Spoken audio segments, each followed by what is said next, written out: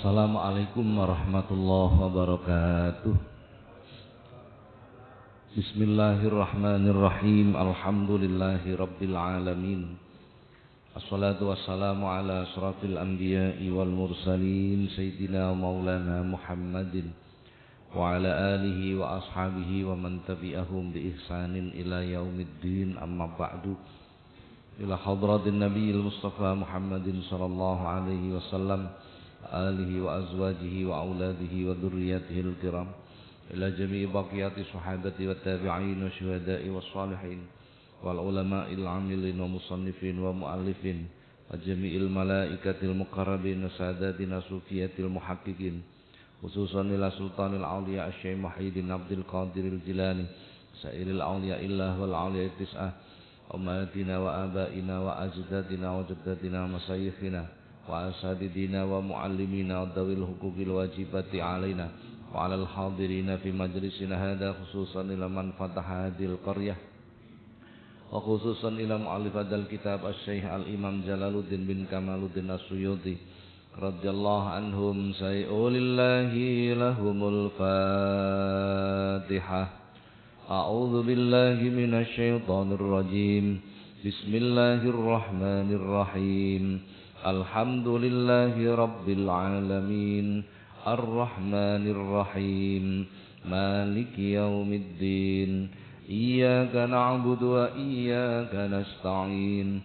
Ihdinas siratal mustaqim. Siratal ladzina an'amta 'alaihim ghairil maghdubi 'alaihim waladdallin. Amin. Para jamaah, alhamdulillah sore hari ini kembali kita dipertemukan Allah di majelis yang penuh dengan keberkahan ini. Mudah-mudahan apa yang kita laksanakan dicatat oleh Allah sebagai amal soleh. Amin Allahumma amin.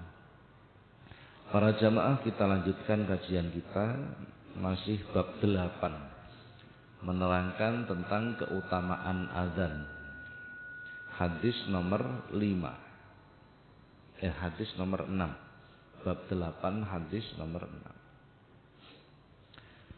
Bismillahirrahmanirrahim. Qala al-musannifu rahimahullah ta'ala wa nafa'ana Allah bihi wa bi'ulumihi wa aada alaina min barakatihi wa asrarihi wa karamatihi fid dharain. Amin. Wa qala sallallahu alaihi wasallam, lan dawuh Kanjeng Nabi sallallahu alaihi wasallam, man utawi sapa wong iku sami krungu sapa man annidaa ing pengundang, maksude adzan, faqabbala mongko banjur nyucup sapa man ibhamaihi ing jempol lorone man, fawadho'a mongko nuli nyeleh sapa man ala ainahi ing mripat lorone man, wa qala lan ngucap marhaban bi dzikrillahi ta'ala qurratu a'yunin nabika ya Rasulullah, fa ana mongko utawi ingsun iku safi'uhu nyafaati ingsun hu ing man yaumal kiamatin dalem dina kiamah, wa qaituhu lan kang nuntun hu ing man ilal jannati marang swargane Gusti Allah. Hadis ini istimewa. Rasulullah mengatakan barang siapa mendengar azan kemudian nyucup niku napa, nyucup niku bahasa Indonesia napa? Mengecup jempol tangannya. Kemudian mengusapkan pada dua matanya disertai membaca doa marhaban bi dzikrillahi ta'ala qurratu a'yunina bika ya Rasulullah. Ini dongane. Dongane seperti itu. Prakteknya begini. Kapan membaca doa ini? Ketika muadzin menyebut asyhadu anna Muhammadar Rasulullah. Ini waktu baca doanya pas ini. Jadi ketika muadzin mengucapkan asyhadu anna Muhammadar Rasulullah, baca doa ini. Kemudian menjawab jawabannya azan. Jadi ketika muadzin mengucapkan syahadat Rasul, kemudian kita membaca doa ini dulu. Sambil membaca, diusapkan pada kedua kelopak mata. diusapkan pada dua kelopak mata. Kalau baca syahadat Rasulnya 2 kali, berarti baca doa ini juga dua kali. Barang siapa yang melakukan seperti ini, fa'ana, kata Rasulullah, maka aku syafi'uhu akan memberikan syafaat kepadanya. Yaumal kiamati, ketika nanti hari kiamat. Ini sunnah berarti. Jadi kalau melihat hal-hal begini ini berarti amat sangat banyak sunnah yang belum kita lakukan, kan begitu ya. Kata Rasulullah, fa ana syafi'uhu yaumal qiyamah, aku akan memberikan syafaat kepadanya ketika hari kiamat nanti. Hari kiamat itu ketika kita nanti di mahsyar dikumpulkan, matahari sejengkal di atas kepala kita. Yaumal la dhilla illa dhillu. Tidak ada tempat berteduh kecuali yang diberikan oleh Allah. Hari di mana orang semua menjadi bingung, semua menjadi susah. Mencari namanya syafaat. Syafaat itu artinya bantuan. Semua orang itu. Karena semua orang itu akan merasa amalnya kurang. Perbuatan baiknya kurang. Maka yang dicari adalah syafaat. Adapun syafaatul uzma, syafaat terbesar, itu akan diberikan oleh Rasulullah nanti ketika hari kiamat itu. Jadi syafaat itu artinya bantuan. Nanti di hari kiamat itu akan banyak syafaat. Banyak sekali. Ada kalanya orang tua memberi syafaat kepada anak. Ada kalanya anak memberi syafaat kepada orang tua. Tidak mesti. Tidak mesti. Bagaimana orang tua yang memberi syafaat kepada anak?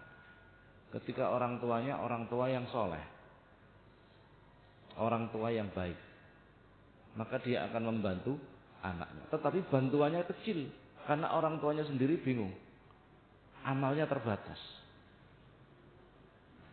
Itu pun kalau bisa bertemu dengan anaknya.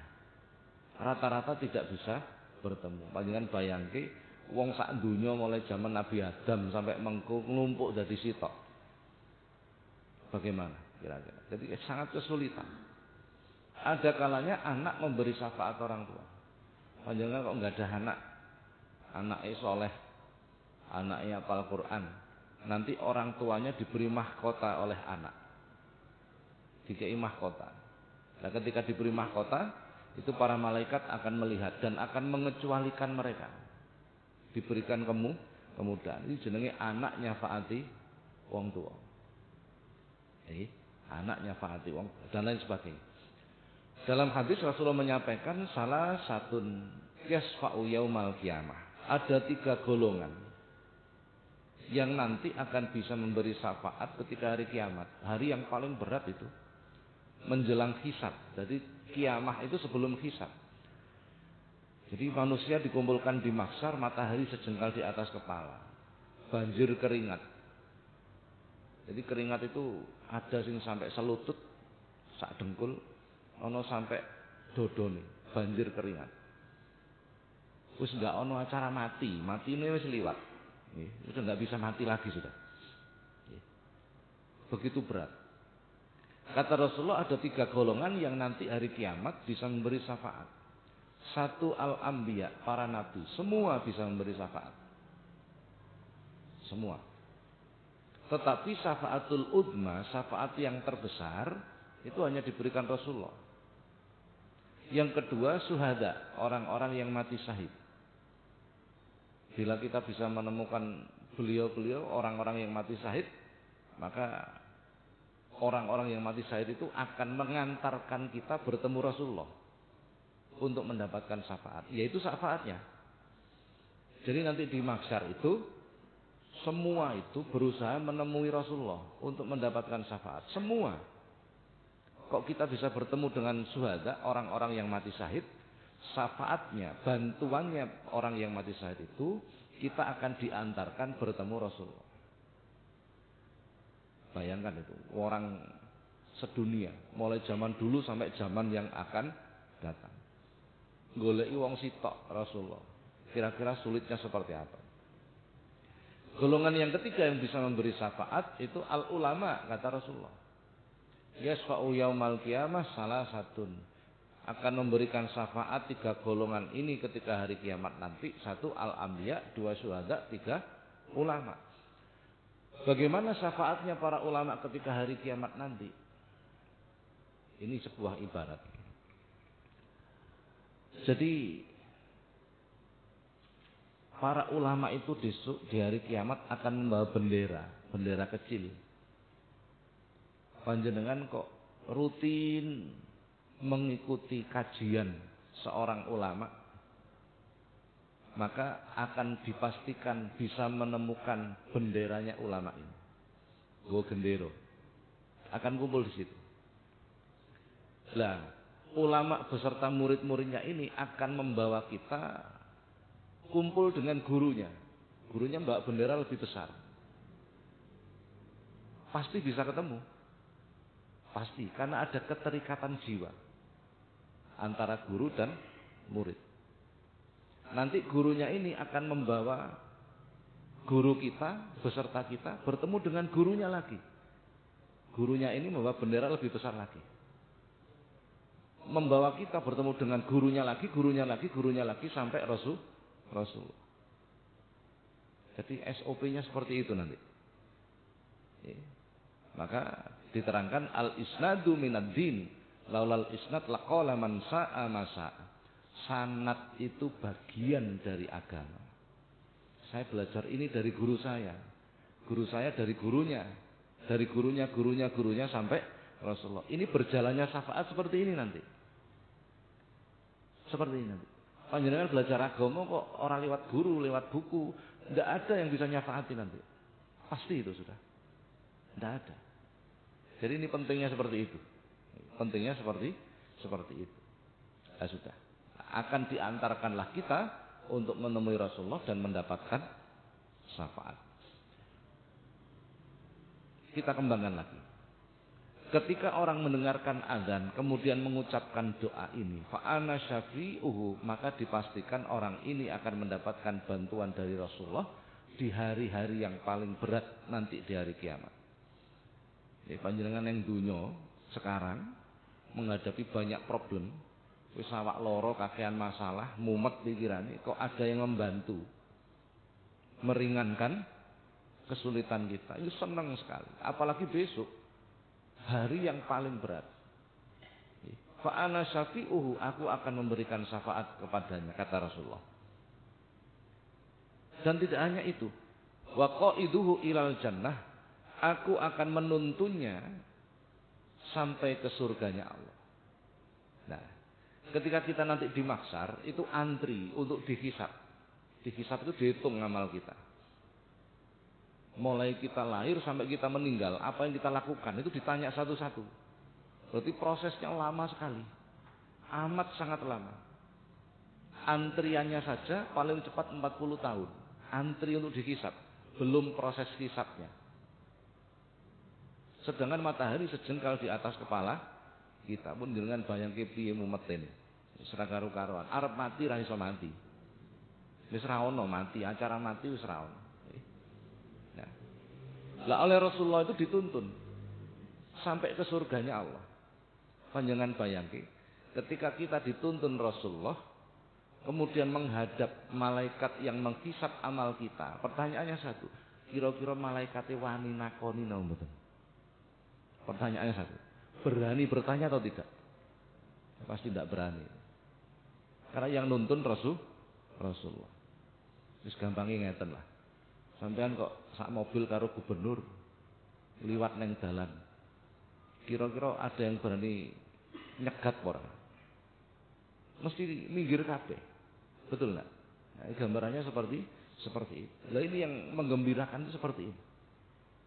Kita akan dituntun oleh Rasulullah sampai masuk surganya Allah. Jadi mulai yaumul hisab, mulai di mahsyar, gak kepanasan, mendapatkan yup-yupan. Nanti dihisab, dituntun oleh Rasulullah. Di mizan itu timbangan amal. Melewati sirat, jembatan mustaqim. Tetap dituntun oleh Rasulullah sampai masuk surganya Allah. Kenapa kok demikian besar? Nah ini, jadi terkadang itu ada ibadah kecil tapi pahalanya besar. Kenapa kok bisa besar? Nah kita kaji kedalamannya. Jadi bukan hanya dohirnya yang harus kita timbang. Jadi kalau kita hanya sekedar melakukan ini, membaca doa, bukan itu yang dimaksud. Tetapi ketika kita mendengarkan adzan itu kan tanda masuknya sholat, betul nggak? Adzan itu kan seruan bahwa telah masuk waktu sholat. Kita diingatkan bahwa telah datang kewajiban melakukan sholat. Kemudian kita berdoa marhaban bi dzikrillahi ta'ala qurratu a'yuni nabika ya Rasulullah. Yang artinya menyambut dengan gembira. Menyambut dengan gembira ketika kita diberi kewajiban oleh Allah. Menyambut dengan gembira, senang. Senang itu perbuatan hati. Ada hadis yang serupa dengan ini. Rasulullah mengatakan, "Man fariha bidukhuli Ramadan haramallahu jasadahu 'ala niran." Barang siapa bergembira ketika masuk bulan Ramadan, maka tubuhnya diharamkan masuk surga, masuk neraka. Coba. Hanya karena bergembira ketika bertemu dengan bulan Ramadan, senang. Maka Allah mengharamkan jasadnya masuk neraka. Ini seperti ringan, padahal tidak ringan. Berat ini. Karena ukurannya hati, bukan perbuatan. Panjenengan sesuk poso, saiki wis jingkrak-jingkrak. Apakah itu wujud senang? Belum tentu. Senang itu perbuatan hati. Senang itu perbuatan hati. Artinya begini para jamaah. Orang ketika senang menyambut bulan Ramadan, berpuasa, itu ada tandanya. Ada tandanya. Artinya orang itu kalau senang ketika masuk bulan Ramadan, dia tidak akan merasa terbebani dengan puasa itu sendiri. Tidak akan terbebani. Dan akan berusaha menciptakan Ramadan lain di luar bulan Ramadan. Artinya apa? Orang itu hobi puasa. Ono wong hobi kok hobi puasa, kan begitu. Itu artinya senang. Itu artinya senang. Panjenengan pirsani, nek Ramadan itu menyenangkan sebenarnya. Jam 4 sore niku wong wis padha metu kabeh goleki maghrib. Embuh neng ndi maghrib kok digoleki. Betul enggak? Rame meriah. Nek ditakoni nandi goleki maghrib. Embuh maghrib ndelik neng ndi. Begitu azan maghrib tenanan, apa yang terjadi? Apakah yang dicari sholat maghribnya? Ternyata tidak. Loh, sing digoleki tibake emplok-emplokane. Betul enggak? Jadi ternyata mereka bergembira itu bukan urusan sholatnya, tetapi urusan wis soleh mangan. Mengko begitu maghrib takjil, bar takjil buka, bar buka terus salat, bar salat terus buka. Tenguk-tenguk karo rokokan, rokoke oleh separuh adzan isya. Kira-kira muni piye? Cek cepet temen isyae, kan begitu. Kaya-kaya ketemu isya itu susah gitu. Nah, ini. Jadi sebenarnya bergembira dengan bertemu Ramadan, itu luar biasa sulitnya. Oh dikon poso kok seneng. Angel kok gampang kira-kira. Wong dikon poso kok seneng. Sulit sekali itu. Mun nek kelas kula njenengan insyaallah belum sampai situ. Betul. Belum. Jadi orang itu kalau bergembira dengan puasa, dia akan melakukan puasa itu dengan ringan, satu. Yang kedua dengan semangat. Maka tidak akan merubah aktivitasnya, bahkan memperbanyak aktivitasnya ketika Ramadan itu. Ketika Ramadan itu akan memperbanyak aktivitasnya. Gak terus memperbanyak tidurnya. Itu tanda orang senang. Kenapa kok bisa senang? Karena mengerti apa keutamaan Ramadan itu. Sehingga dia tidak akan menyia-nyiakan waktu untuk tidur. Kan begitu. Logikanya kan begitu. Dia tidak akan menyia-nyiakan waktu untuk tidur. Dia akan memperbanyak aktivitasnya. Itu tandanya orang senang. Sama. Ketika kita mendengar azan itu lahiriahnya kita mendengarkan suara muadzin Allahu Akbar telah masuk waktu, tapi batiniahnya tidak begitu. Batiniahnya itu Allah menawarkan pada kita, siapa yang ingin ampunanku segera datang ke sini. Siapa yang ingin maunah pertolonganku segera datang ke sini. Siapa yang ingin aku berikan rezeki segera datang ke sini. Kan begitu. Jadi seruan azan itu sebenarnya Allah menawarkan pada kita. Ndang teko rene, ndang melu salat, maka kau akan kuberikan rahmat, ampunan, maunah, rezeki. Kan begitu. Nah, kita kembangkan lagi. Ketika kita ditawani Gusti Allah, ditawari oleh Allah, macam-macam penawarannya. Kemudian kula jenengan iki mantuk ya ora, gedhek ya ora. Tidak ada respon. Umpamane panjenengan esuk nawani tangga, "Cak, bojoku masak soto, gelem ta?" Tanggane jenengan iki mantuk ya ora, gedhek ya ora. Engko awan ditawani meneh. Saiki mau ana dulur teko, nggawa panganan akeh, gelem apa ora? Ya pancet mantuk ya ora, gedhek ya ora.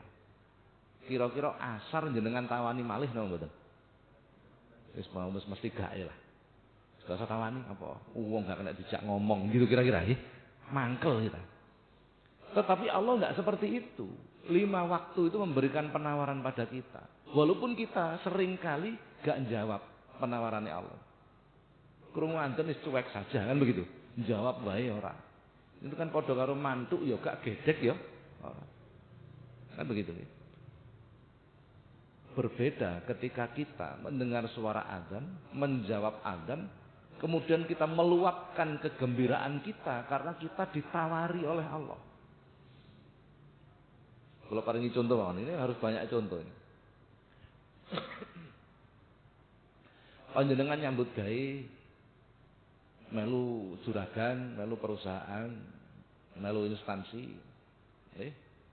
Saulan bayarane anggaplah 10 juta. Tanggal 15 juragan telepon. Sesuk rene oh ya. Ada apa, Pak? Iki ana bonusan. Oleh bonus kowe. Nggih bonus napa, Pak? Wis pekerjaanmu iki dianggap apik. Kowe tak kei duit 20 juta gelem apa ora? Kira-kira panjenengan gembira ndak ditawari begitu? Sik ditelepon tok nih. Durung dikei. Seneng nggak mboten? Oh nggih, Pak. Jam pinten benjing? Ya isuk ya, aku sadurunge budal jam-jam 6:30. Nggih. Kira-kira jenengan sampai rumah juragan telat napa mboten? Nah, ini ibaratnya seperti itu. Iki 20 juta iki nek telat wong selak budal iso mundur iki. Bonusku kan begitu kan? Kenapa kita tidak pernah mengasumsikan seperti itu ketika Allah menyeru kepada kita untuk sholat? Padahal itu Allah nawani, ditawani ya itu ini. Jadi kalau ada orang mengatakan durung oleh rahmati Gusti Allah, durung ditulungi Gusti Allah, durung oleh hidayah Gusti Allah, salah. Bukan Allah yang nggak pernah mau memberi, bukan. Ya kita nggak mau mengambil. Sehari sudah ditawari 5 kali kita, kan begitu kan? Kita yang nggak mau mengambil. Nah, maka bila kita bergembira menyambut kewajiban itu, karena dalam pikiran kita itu punya asumsi bahwa Allah menawarkan banyak hal pada kita. Sehingga kita menyambut dengan gembira. Gembira atas kewajiban yang diberikan Allah. Oh luar biasa. Maka pahalanya seperti ini. Nah, begitu nih. Jadi kalimat marhaban bi dzikrillahi ta'ala qurratu a'yunin nabika ya Rasulullah itu sebenarnya luapan rasa gembira kita. Karena kewajiban yang diberikan Allah. Maka pahalanya luar biasa. Jadi begitu. Jadi tidak hanya sekedar ucapan, tapi perasaannya harus ikut bergembira. Jadi beragama itu bukan hanya sekedar lahiriah, Tapi batin kita itu ditinjau oleh Allah. Jadi jangan terjebak. Jangan terjebak. Jadi lahir batin Allah menilai kita. Lahir batin Allah menilai kita. Ana wong sedekah, bendina sedekah, tapi riya. Riya. Riya itu kan perbuatan hati. Perbuatan hati riya. Apakah diterima? Ya pasti tidak. Jadi tidak beragama itu bukan hanya urusan lahiriah, tapi batiniah juga harus dipertimbangkan. Bon. Kita lanjutkan hadis nomor berikutnya. Qala sallallahu alaihi wasallam lan dawuh Kanjeng Nabi sallallahu alaihi wasallam, "Idza kana waqtul adzan nalikane ana apa waqtul adzani masane adzan. Futihat moko den buka apa abwabus sama pira-pira lawange langit. Wastujibat ad-du'a'u lan kasembadan apa ad-du'a'u donga. Wa idza kana lan nalikane ana apa waqtul iqamati waktune iqamah lam turadda maka ora katulak apa dakwatuhu pendungane wong sing ndonga. Ketika masuk waktu azan, maka pintu-pintu langit itu akan terbuka. Pintu langit akan terbuka. Hadis seperti ini banyak sekali. Contoh, malam pertengahan bulan Sa'ban, nisfu Sa'ban. Dalam hadis Rasulullah banyak menerangkan pintu-pintu langit terbuka. Pintu-pintu langit terbuka. Bahkan redaksi hadisnya menyebut Allah akan turun ila sama'id dunya. Allah turun ila sama'id dunya. Sama'id dunya, langit dunia itu langit yang paling rendah. Langit yang paling rendah. Kalimat begini ini jangan dimaknani redaksional, nanti nggak ketemu. Kalau Allah itu turun berarti Allah ada di atas, kan salah. Salah itu. Jadi Allah itu tidak bertempat. Allah itu tidak bertempat. Jadi kalimat Allah turun sampai langit yang terendah sama dunya, itu artinya rahmat Allah itu didekatkan kepada kita. Rahmat Allah didekatkan dengan kita. Jadi langit terendah itu namanya sama dunya. Rahmat Allah didekatkan kepada kita. Jadi kalimat-kalimat begitu itu namanya majazi. Perumpamaan. Ada hadis, contoh lagi. Yaqulullah azza wa jalla, hadis qudsi bahkan. Lam yasa'ni ardi wala samai, walakin wasi'ani qalbul mu'min. Kata Allah begitu. Seandainya aku ini bertempat di langit, langit itu tidak muat, kata Allah. Seandainya aku ini bertempat di bumi, bumi juga tidak akan muat. Walakin wasi'ani qalbul mu'min, tetapi ketika aku bertempat di hatinya orang mukmin muat. Bagaimana maksudnya? Apakah Allah kemudian tinggal di situ? Tidak, bukan itu maksudnya. Nah, begini ini majazi namanya. Jadi jangan nggak bisa dimaknani tekstual, itu nggak bisa. Sudah. Jadi hadis yang menerangkan tentang pintu langit terbuka itu banyak sekali. Salah satunya ketika azan. Bahkan kalau nisfu Sa'ban itu Allah turun sampai langit yang terendah. Artinya rahmat Allah didekatkan dengan kita. Artinya begitu. Para jamaah, apa keistimewaannya ketika pintu langit terbuka? Nah, itu terangkan. Jadi dalam hadis yang panjang diriwayatkan oleh sahabat Mu'ad bin Jabal, setiap hari itu malaikat hafadhah, malaikat yang membawa amal, itu laporan, membawa amal kita untuk dilaporkan kepada Allah, ditunjukkan kepada Allah. Suatu ketika ada amal itu dibawa oleh malaikat hafadhah bercahaya. Cahayanya itu menerangi semua jagat raya. Begitu amal ini dibawa oleh malaikat untuk naik, amal ini bercahaya. Cahayanya menerangi jagat raya. Saking apike amal. Ternyata amal orang yang ahli sholat jamaah, ahli zikir, ahli baca Quran, ahli puasa, ahli sholat malam, ahli sedekah, apik kabeh amal. Sehingga ketika amal ini dibawa naik, cahayanya memancar menerangi semesta. Begitu sampai langit pertama itu namanya Dinah. Yang menjaga namanya malaikat Ismail, jumlahnya 70.000. Oleh malaikat penjaga langit pertama ini, malaikat hafadhah yang membawa amal dicegat. Gak usah kok tutup nih. Amal itu tidak pantas kau tunjukkan kepada Allah. Padahal begitu baik, bercahaya, cahayanya menerangi semesta. Tidak pantas kau tunjukkan kepada Allah. Li'annahu shafibul ghibah, karena orang itu senengane ngrasani wong. Coba Anda bayangkan, nek ndelok redaksi hadis ini tipis sekali. Kesempatan amal kita diterima oleh Allah. Ada yang lolos seleksi langit pertama, ada yang lolos. Masuk langit kedua namanya langit dikon. Sampai situ ternyata ada yang nggak lolos. Dikarenakan ibadah yang dilakukan adalah yang dicari itu urusan dunia. Ngedu sholat supaya rezeki ini lancar. Ngedu maca Quran, zikir supaya dagangannya laris. Itu ditolak di langit kedua. Ada yang lolos seleksi langit kedua masuk langit ketiga. Namanya langit Rafiq. Menggunakan huruf qaf. Ditolak di sana. Li'annahu shafibul kibri, karena orang ini orang takabur. Takabur itu batarul haq, bukan sombong. Batarul haq wa ghamtun nas. Menolak kebenaran. Tinggi hati. Tidak punya sifat tawadhu. Ora rumangsa butuh. Nah, tinggi hati itu ora rumangsa butuh. Gitu. Ditolak. Semua amal kebajikannya tidak disampaikan pada Allah. Sudah, ada yang lolos langit ketiga, masuk langit keempat, ditolak lagi di sana. Li'annahu shahibul ujbi. Kenapa? Karena dia orang yang ujub. Ujub itu merasa dirinya lebih baik dari orang lain. Kalau takabur itu ditunjukkan dengan perbuatan, dengan ucapan. Kalau ujub enggak, meneng wae.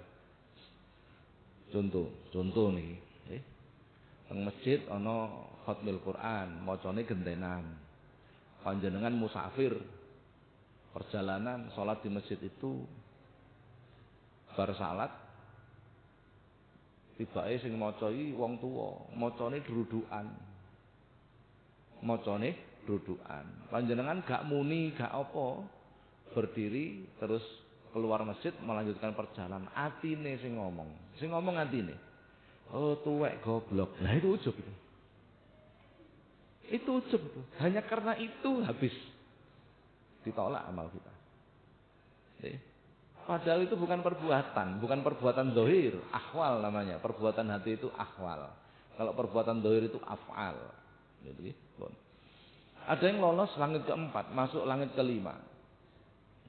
Ditolak di sana. Dikarenakan mempunyai sifat hasud.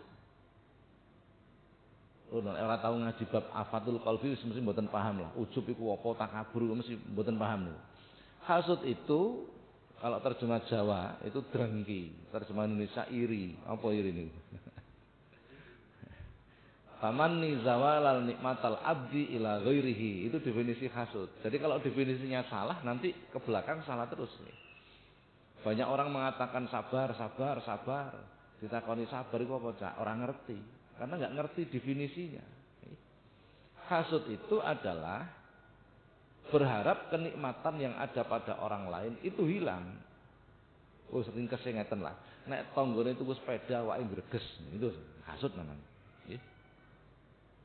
Oleh 2 minggu iso tuku mobil, oleh sak wulan iso bangun omah. Kok terus muni, kira-kira gak ngingu toyol. Itu hasud itu sudah.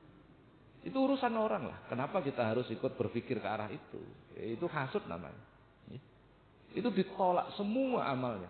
Wiritane, maca Qur'ane, sedekah, salat jamaah, thalabul ilminya itu ditolak oleh Allah. Begitu. Ada yang lolos naik ke langit yang ke-6. Ditolak di sana. Bahkan tidak hanya ditolak, kata malaikat penjaga langit ke-6, kifu wadribu ala wajhil ladzi yu'malu bi'amalihi. Kembalikan amal itu, pukulkan kepada wajah orang yang melakukan. Fa innahu la yarhamun nas, karena orang itu tidak punya empati, tidak punya sensitivitas, tidak punya kepedulian kepada makhluk hidup. Sregep salat, sregep wiridan, sregep poso, gak kenal tangga. Tanggane lara meneng ae, wong gak njaluk tulung aku. Lho, kok ngenteni dijaluki tulung. Tidak punya kepedulian. Jadi ibadah itu tidak hanya hablum minallah, tetapi juga hablum minannas. Itu cermin itu. Jadi orang yang tidak punya kepedulian dengan sesama itu semua ibadahnya tertolak di situ. Tidak hanya ditolak.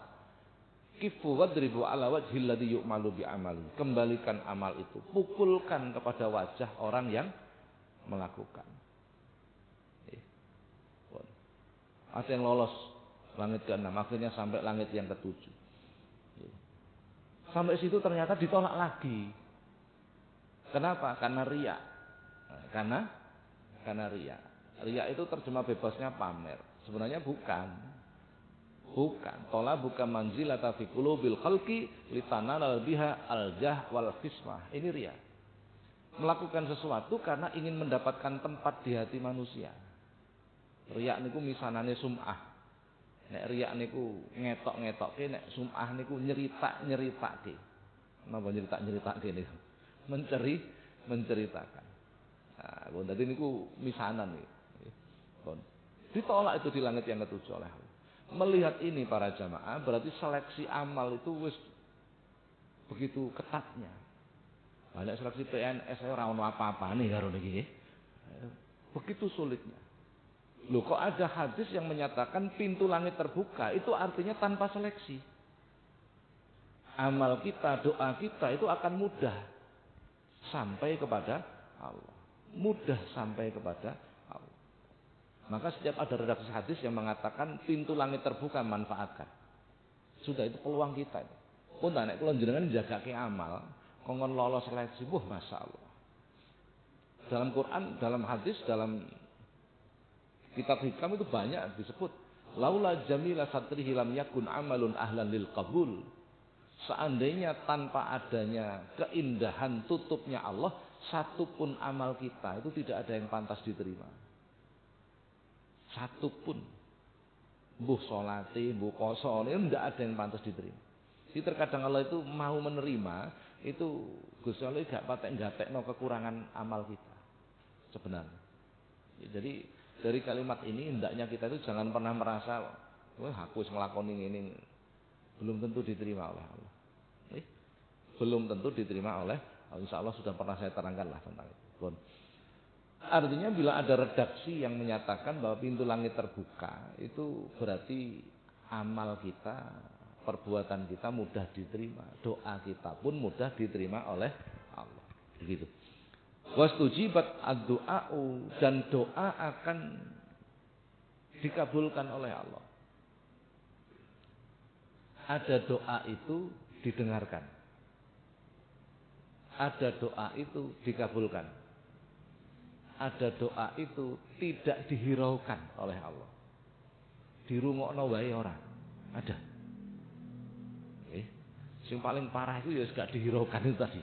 Itu paling parah. Nek sik dipirengke Gusti Allah, masih didengar oleh Allah, wah itu luar biasa itu. Itu sudah keuntungan kita. Doa kita itu didengar Allah, itu sudah luar biasa. Kita nggak ngomong kabul, nggak ngomong itu. Kita ngomong didengar, itu sudah luar biasa. Betul. Betul. Karena ketika Allah mendengar doa kita, itu dipastikan Allah akan memberi. Pasti itu sudah. Nah, iya. Apalagi kalau doa kita istijabah, dikabulkan oleh Allah. Dalam redaksi hadisnya, ketika azan dikumandangkan, pintu langit terbuka dan doa itu wastujibat doa, dan doa itu akan dikabulkan oleh Allah. Dikabulkan oleh Allah. Mangkane antarane azan karo iqamah dikongkon nakeh-akeh ndonga. Ini sunah.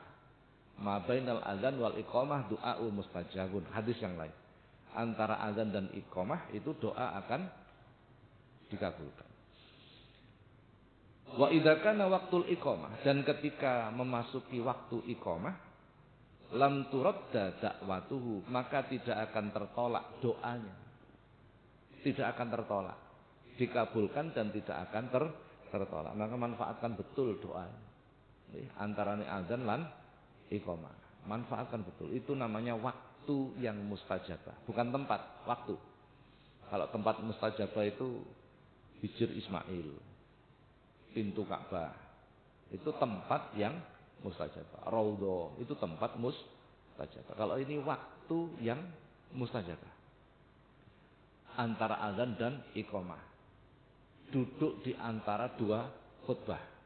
Itu waktu-waktu yang mustajabah. Gunakan. Sebab kalau jenengan donga di luar waktu-waktu mustajabah ini, pintu-pintu langit sedang tertutup.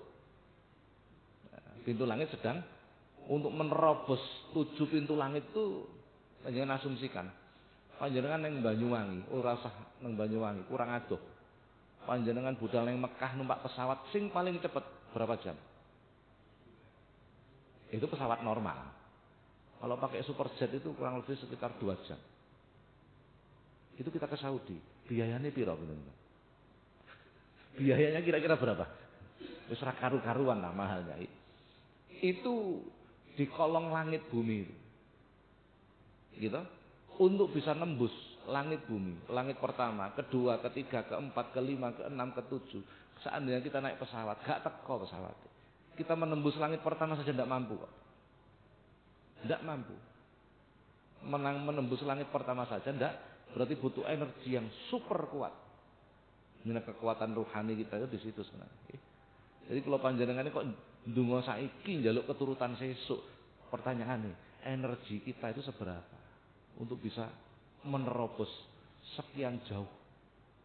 Belum lagi seleksinya begitu ketat. Maka kita diperintahkan oleh Rasulullah untuk berjamaah. Berjamaah itu artinya mengumpulkan energi supaya lebih kuat. Kan begitu. Mengumpulkan energi supaya lebih kuat. Salat berjamaah, zikir berjamaah, doa berjamaah. Sing donga siji sing liyane ngami. Kula kuwatir kampanye lagi. Apa bahasane kan aiwuh kula niki. Nggih. Ngamini imam. Itu kan artinya membentuk energi yang jauh lebih kuat agar doa kita mampu menerobos dan diterima oleh Allah. Nah, ini maka manfaatkan nih. Pun para jamaah sampai sini dulu menerangkan tentang keutamaan adzan. Barangkali ada pertanyaan, dipersilahkan. Wonten? Nggih, monggo, Pak.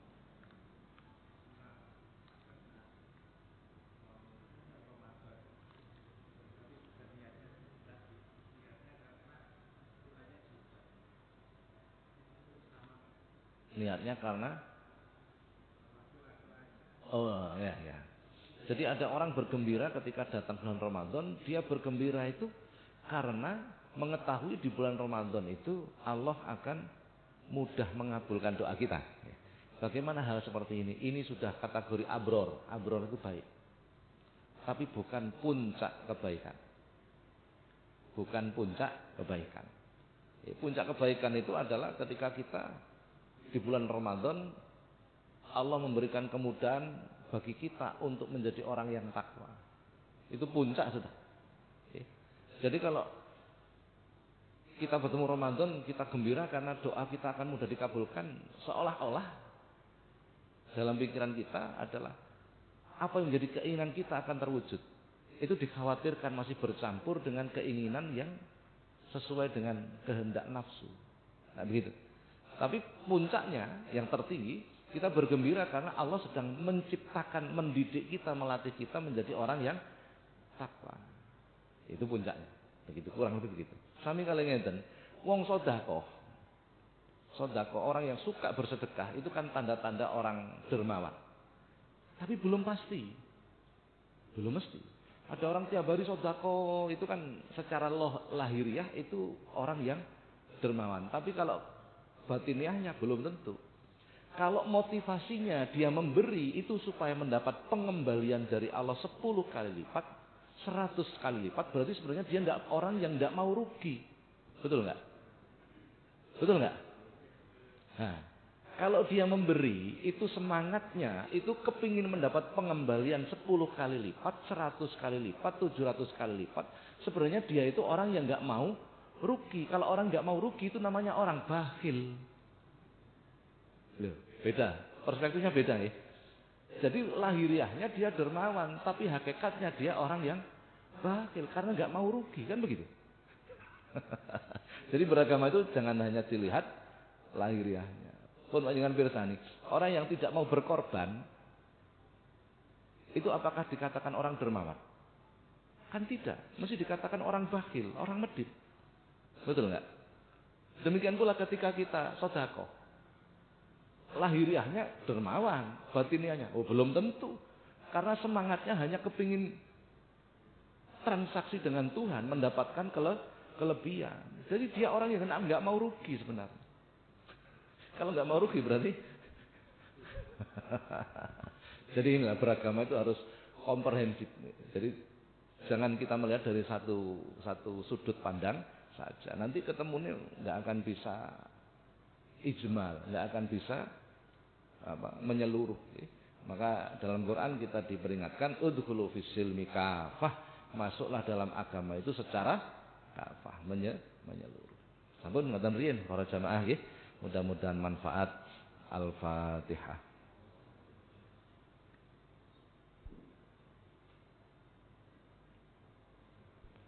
Assalamualaikum warahmatullahi wabarakatuh.